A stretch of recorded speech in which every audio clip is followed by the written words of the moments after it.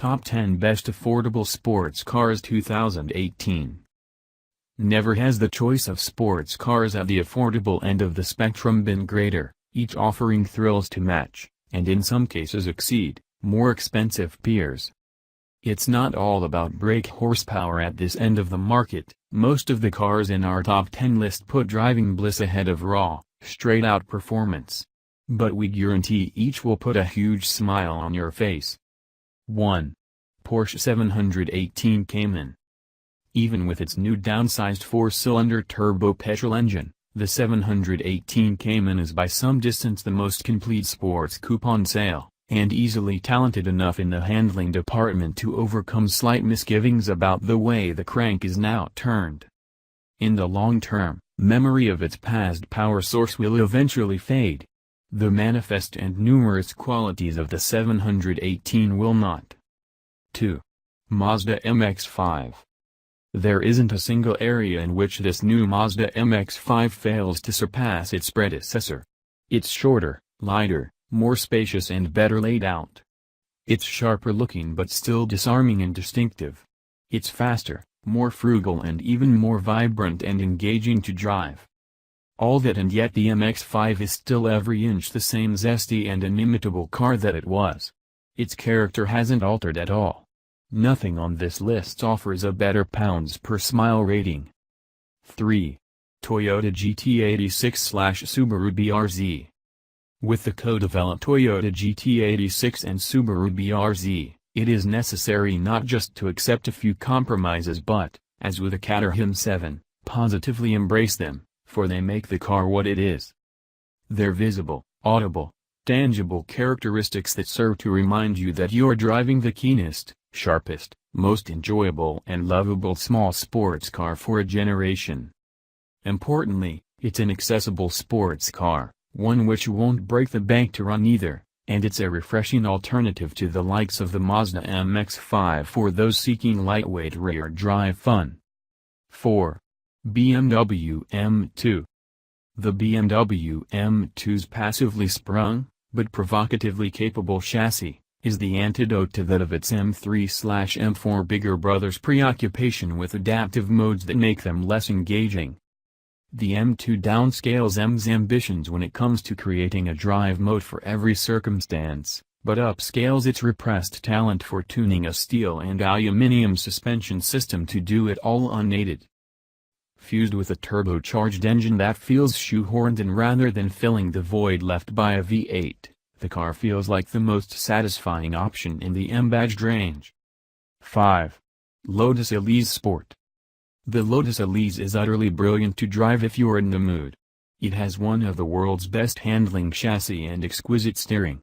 But this Lotus is old and could be seen as expensive if you like to judge your cars objectively. Yet many of the Elise's drawbacks can be overlooked when you're in the middle of a red mist moment.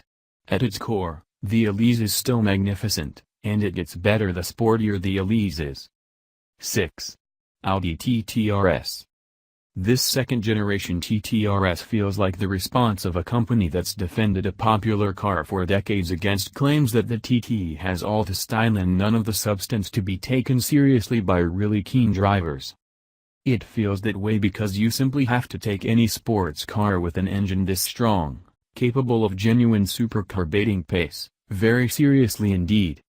Ultimately, the TT-RS doesn't set the vivid excitement of its powertrain off against enough handling balance or driver involvement to make it feel fully formed as a sports car, which is why it lags behind rivals. 7. Ford Mustang. The sensible thing to do would be to buy an Audi TT or a BMW 2 Series Coupe, wouldn't it? And if you did, that would be a huge shame. Yes, this car does have significant drawbacks in the UK. Yes, you have to think twice about where you're going to park it in town, besides next to a far greater number of fuel pumps than your peers, but no other car at this price, or several price points higher, can do what the Mustang does. Its powertrain brings with it an appeal that engines with fewer cylinders simply cannot, and its inherent chassis balance is absolutely peachy. Sensibleness be damned. 8. Abarth 124 Spider. The Abarth 124 Spider is what you might call a bit of a giggle. Most Mazda MX-5 owners would have a lot of fun in one for an afternoon, we suspect, but then would probably be quite happy to swap their car keys back. Compared with the Japanese sporting icon from which it is sprung, it is a little noisy, harsh, gauche and trying. But the Abarth 124 Spider is far from a failure. Abarth's mission with this car must rightly have been to claim territory that the Mazda has never managed to secure, to convince petrolheads that a cloth-top two-seater could feel as focused and hardcore as a really specialized 30,000 pounds hot hatchback. In that mission, the Abarth does remarkably well. 9. Nissan 370Z. The Nissan 370Z is such an honest, old-world kind of sports car that it's almost impossible for us, as enthusiasts, not to be drawn to its many charms, however long in the tooth it may now seem. It is so obviously geared towards entertaining its driver that it's easy to overlook its flaws. The Z also offers exceptionally good value for money, serving up a simple, straightforward blend of good looks and muscular performance, for a relatively modest amount of money.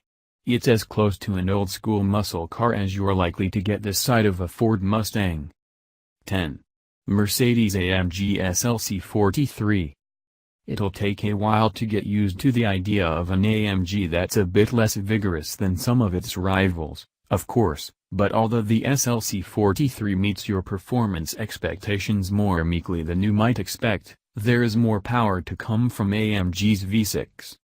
The SLC 43 is easier to recommend to some, but tougher to most. Engaging handling gives it more dynamic appeal than any AMG SLK ever had, but, in so doing, its creators may have compromised on what has made the car palatable as a laid-back cruiser. The SLC is also showing its age no.